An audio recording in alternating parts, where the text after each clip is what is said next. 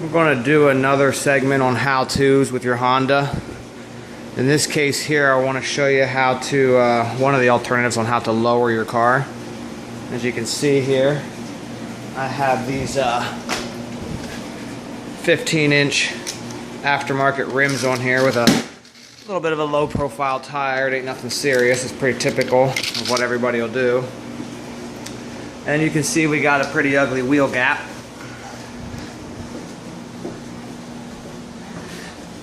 It looks to be, probably 2-inch gap on the back and 3-inch gap on the front. Most of these cars don't sit real level, so about 3 inches here, and wow, yeah, whopping 3.5 back there. So you can see the car already don't sit completely level. So this video, along with my one helper here, we're going to show you one of the typical ways to lower your Honda pretty quickly and easily and cheaply. The first thing that you're going to want to consider too is when you lower a Honda, the alignment will get changed. Depending on how far you lower it, depends on how drastic it goes off. I'm also going to show you a poor man's quick and easy way to get your alignment back in check so that you're not killing your tires. Usually it's going to be the toe that you have to concern yourself with the most. Camber we can't do a whole bunch about on the front unless you get an aftermarket upper control arm. And the rear you can do a poor man's washer trick where you put washers between the upper bar and the body and kind of camber out the top of the tire a little. But for the most part it's toe that scrubs off the tires. You can actually have a decent amount of aggressive camber, and if your toe's right, not really suffer any tire wear. So first step here then is going to be to check my alignment before we start, and I will set up on how to do that now and then show you. Here we are, fingers out of the way. Here we are with the car set up to check the initial alignment. All you need is some jack stands, some string, some weight at the end of the strings to keep them taut. As you see, I use some big bolts. They kind of hang there. The trick is to set the string the same distance off of each rim, off of a known point. On this side I'm going to use the center of the center cap, and I've got the string set at 3.5 inches out. The string is also set at 3.5 inches out on the rear, and then I did the same thing for this side. However, this side's missing center caps, so I just went off the bottom lip of the rim, 3.5 inches out. You don't have to use 3.5 inches, it just has to be the same on each side. 3.5 inches. Okay, so now the steering wheel's centered. Of course, that's the first thing you do. I know when I drive this car that when I'm going straight down the road, the steering wheel is center. If your steering wheel's not centered, try to duplicate your steering wheel's location when you set these jack stands up by memory. That'll get you the closest possible returning point to your current alignment, as long as you have no problems currently. So my steering wheel's centered, jack stands are set up. Then what you want to do is just get a piece of paper and a pen, and you want to take note of where the tires are. On the front, and we will take note of that. It appears to be just a shy bit underneath 2 1/8. And then you do the rear of the tire, and you can see just a shy bit at 2 1/8. That means that that front tire right there is towed straight ahead. It's not towed in or towed out. If the rear measurement was a lot smaller than the front, that means the back would be out more. Then that would mean the front was towed in, and vice versa. So that can tell your toe. So right now we know that tire's towed perfectly straight ahead. Same with the rear here. Let's check it out. 2 1/8, and just a smidge over 2 1/8. So the rear is towed in slightly, which more than likely is within spec since there's no tire wear. A little toe in is always good. Let's see here. 2 1/8. And 2 1/8. So that tire over there is actually towed in a little bit all on its own, and the rest seem to be straight ahead. The car is not suffering any drastic tire wear. 2 1/8. and about 2 1/16. So this tire here is actually towed out a smidge. Again, 16ths and 8ths aren't going to kill your tires. They ain't going to hurt you. Obviously this car probably should go to an alignment shop and get perfect dead on, but 16ths and 8ths here and there are not going to drastically hurt you. It's when you start seeing massive differences, like double or the triple that you're going to be getting tire scrub. This car is not killing tires. It never really has. So the specs you see there are actually fine. It goes straight down the road and it never kills a tire. And you see we're off a 16th and an 8th here and there. But anyway, I'm going to write down these specs, and these will be my initial starting point specs. And then I will proceed to the next step of actually showing you how to put on the lowering kit. And then when we're done with the lowering kit, we'll come back over here to the jack stands. We'll do the same measurements out, and we'll try to get the toe set back as close as we can to where I started from. And that should guarantee me decent tire wear until I can get it to an alignment rack down the road. Update before we put it on the lift. I've gone around and got my measurements, front and rear of the tires, like I told you. I wrote them down. Also, one thing I like to do is check ride height. Earlier when I first did the video, I just showed you the gap between here and here. That's kind of hard to judge. So the best thing to do to give yourself a before and after starting point and to make sure the car is decently level, as long as your fenders aren't wrecked or damaged in any way. You just go straight down the center of the tire and go to your fender lip, and then write down the measurement, and just do that at all 4 corners, and that'll be your starting point for the car. No car usually sets too level. You can't be doing this on a bumpy driveway or something that's off level too and expect to get a good result. So this garage floor is pretty level. It should be fairly level. It's going to be close enough for me. You see here we had a 24 5/8 front driver's side, 24 rear passenger, 24 5 front passenger side, and 25 3/8 on that rear passenger side. It seems to sit higher than everything else. So those are my beginning ride heights. My goal is to probably lower this car down about 2 inches, so make it pretty level. We'll see how she looks there. This is going to be the kit. Might as well show it to you guys. It's very simple. Yes, it is eBay. Brand spanking new. A friend had them and just gave them to me. So I know everybody says, oh, eBay rides like garbage, eBay rides like crap. Yeah, they might not ride as good as some other stuff. I have $1,000 in my suspension on my all-wheel drive Civic that you guys have all seen. I got the Coney yellow 32-way adjustable struts. I got the Skunk 2 adjustable coilovers on it. You know, that car rides okay. You know, that's my good, you know, investment money car. This is my daily driver gas mileage car, and I don't really care if it ends up riding like a Ferrari or a BMW or something. I just want to get that gap closed up a little bit. Plus be able to show you guys how to do it. Whatever springs and coilovers you decide to go with, these instructions will remain the same, so just go off that. One thing I do want to point out, one of the main reasons why people knock eBay is because they are a pretty stiff spring. The trick to having a stiff spring not feel like total butt cheese is having a decent strut. And you don't have to have aftermarket. Your factory ones just can't be blown.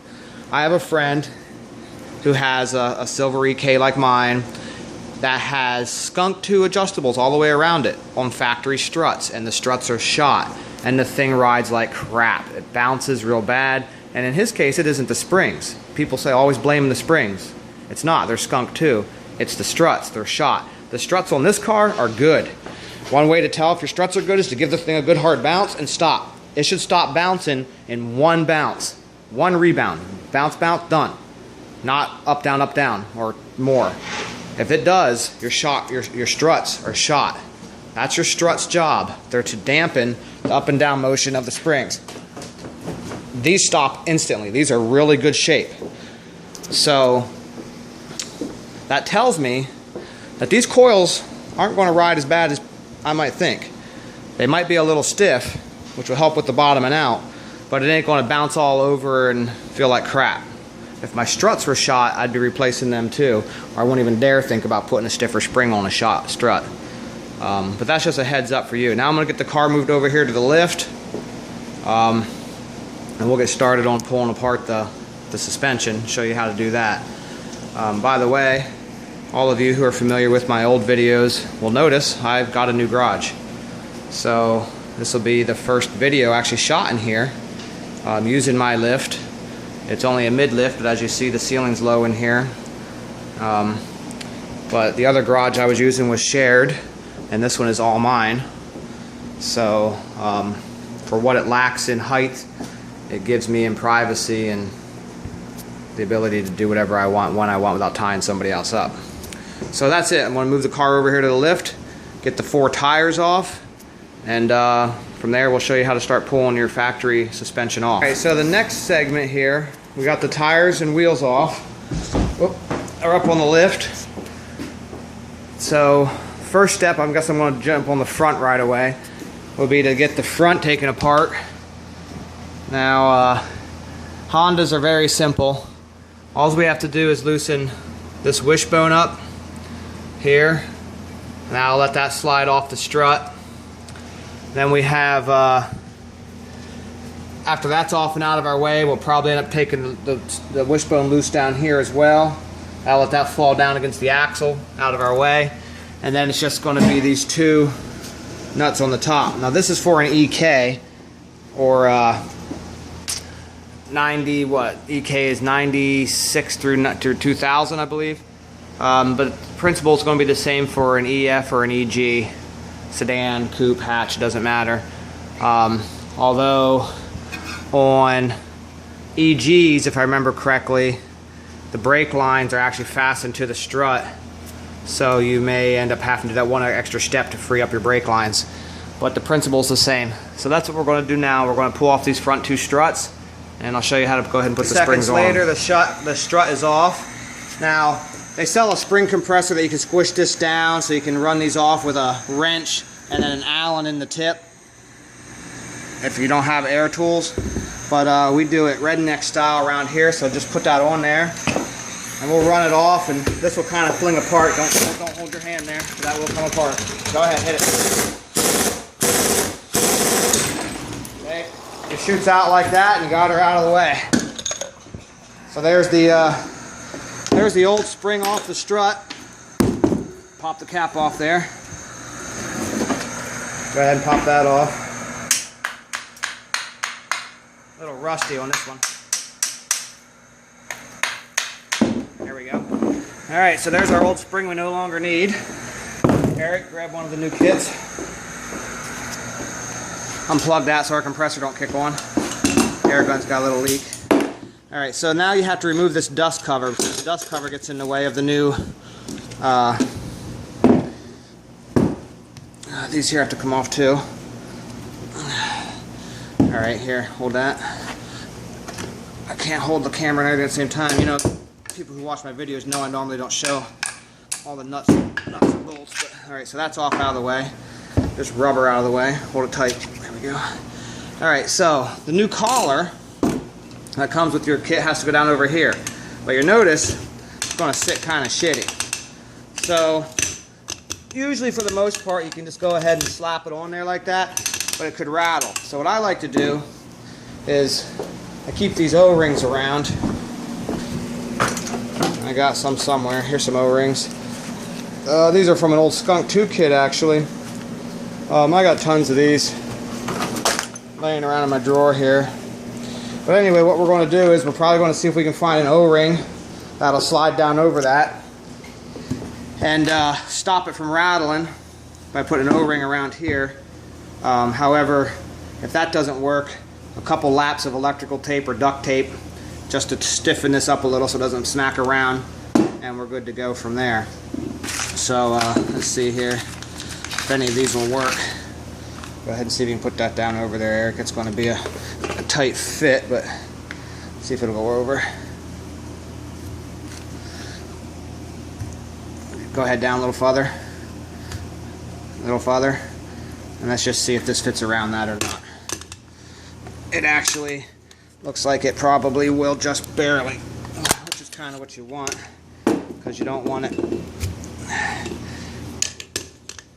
rattling. Yeah. So that's going to work, guys. We'll force that sucker down. Maybe put, no, here it's popping out the bottom, so that O-ring isn't going to work. Take that one off. We'll go to the next size smaller. I got smaller ones in here. Open that pack up. I can't put the camera down. We'll try those. Yeah, try putting a couple of them around there and see if it does anything. They don't look like they're going to be big enough. See, the eBay kits don't give you nothing. Skunk 2 guys, they thought of this and they give you stuff. Go ahead, put it on there. Nothing, right? Okay. So obviously this kit that I have here, I've used the O-rings up already. That would be the proper size. Probably used, that's the same as one we took out. So we're going to resort back to the other trick I told you guys, and that will be to wrap a ring of electrical tape somewhere in the middle of the strut, probably just above that sticker. Let's go ahead and start putting some laps around there, and we'll puff it up. Probably go through a roll or two of electrical tape to do this, but it'll stop with the rattling. So I'm going to pick up the video here then once we get this done, so you guys don't have to sit here and watch us do all this crap. Putting the strut back in, you just reverse the steps. So I want to point out I did leave this out. It's a bump stop. It's kind of there to help you stop when your strut bottom's out from the factory. The washer that goes with it. I don't put those back in, or the dust cover right here, because it doesn't fit, for one thing, and secondly, I'm going to be so low that that bump stop will actually start fucking with the ride, and this rubber thing I stuck at the top will kind of act like a bump stop anyway if it gets that low and hits. So reverse the steps, strut back up in. Eric, go ahead and put those nuts on loosely. That just holds the strut up in. And then this fork that we took off. And now the fork does have to go in a certain way. You'll see that there is a tang right there. It's kind of hard to see with this camera, sorry. But that tang sticks down, and that has to go into the crotch of the fork back here. So you're going to want to turn and align that. Also, you're going to see where the bolt used to pass by the strut.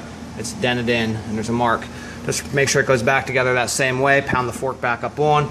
Put the bolt back in there. The bolt back in there. Tighten the 2 nuts on the top. I stuck the ride height right around in the middle to start with, because I don't know how it's going to react on this car. I'll just do that on the other side too, and we'll adjust it from there. So I'm going to repeat the process on the other side, and we'll pick up and show you the rear. Literally, I have Buddy helping me on these EKs. I don't know, probably literally 2-3 minutes per side with the help of the lift and the air tools and everything. So the front's done in less than 10 minutes, 15 minutes tops with us bullshitting. So I've never done the back of an EK. It appears it's going to be super cake. I just got to find out where the top bolts are. On an EG, there's usually just these little dust covers you pop off, and there you go, your top bolts. I'm imagining they're probably hidden underneath these speaker covers here. So it looks like some Phillips heads. Pop the speaker covers off, 2 bolts out of the top. And after the 2 bolts are out of the top, looks like there's just 1 bolt here. Pry down on the arm. And drop the strut out, and then same process as we did for the front. I probably won't even waste your time showing you that.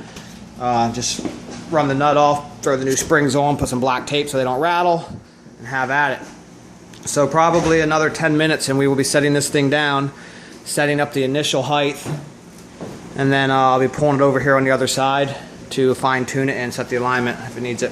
So I told you I wasn't going to bother you till after we got done. I just wanted to show you how the rear one goes in.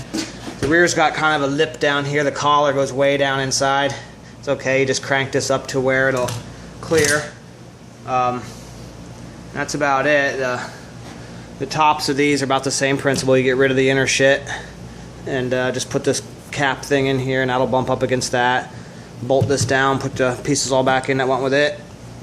The rubbers. And that's it. And I was right. Let's put that back in. I was right about the... They're way down in there, which you can't see, but just take out your speaker. And there was 3 Phillips heads around the corner here, and so I'm holding this speaker in, and right down in there was the bolts for the nuts. And that's it. And then to take it apart, you do what I told you. The top one here, bottom one here. And then also, to make it get out easier, I undid these. And I'm probably going to stick some washers in between this when I put it back, because that does your camber then. That's a poor man camber trick. You just slap some washers in there when you stick the bolts back on, and that'll give you back a little bit of your back camber for that you lose when you lower it. So we're going to slap this in and do the other side, and then we'll pick up with the ride height process. Putting the car down, the suspension's all on. Got a little rust forming here. I'm going to do a video down the road showing you guys how to fix that easily and cheaply. But yeah, suspension's on. We're going to set the car down. That noise you hear is my lift. It's noisy. It goes down slow, goes up slow, but anyway. We're going to set her down on the floor here and get some initial ride height adjustment settings. And then we'll move it over here to this side, and we'll set the alignment back up and align it and fine tune any ride height adjustments that might need done. I don't foresee any, but so that's it. She's all said and done. Car's going down slow, and we'll get her wrapped up. As you see, the car's down now on its own, and when Eric gets out of the way, you can see substantially less gap. So the trick is, the lift's not holding the car up at all right now.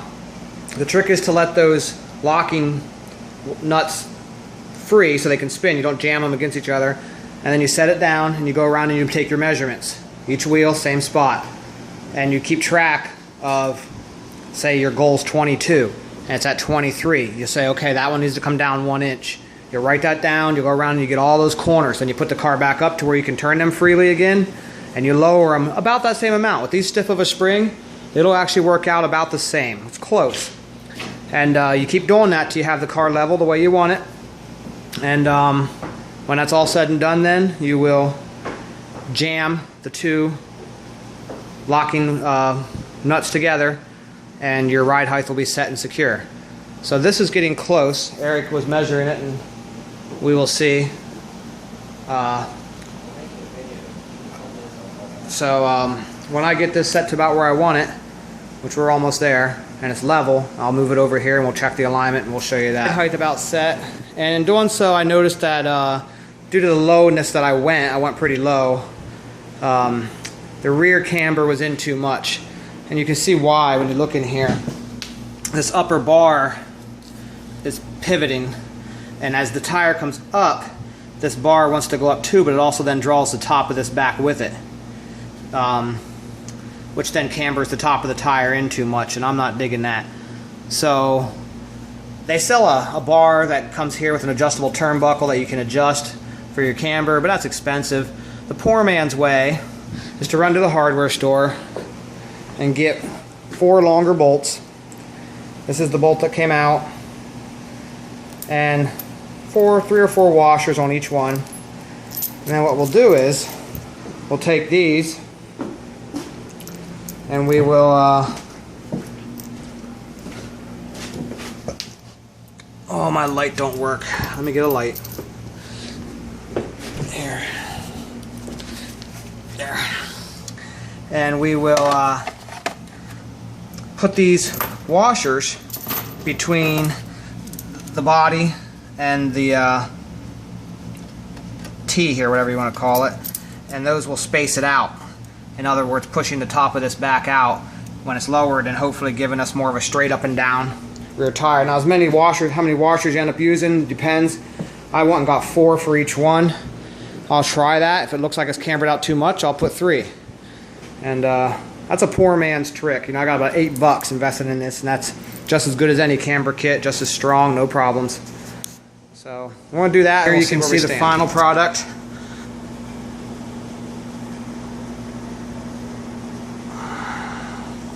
Much better. You can see the poor man camber kit did the job. The rear tires are straight up and down like they belong. Front are cambered in a little, but not too badly.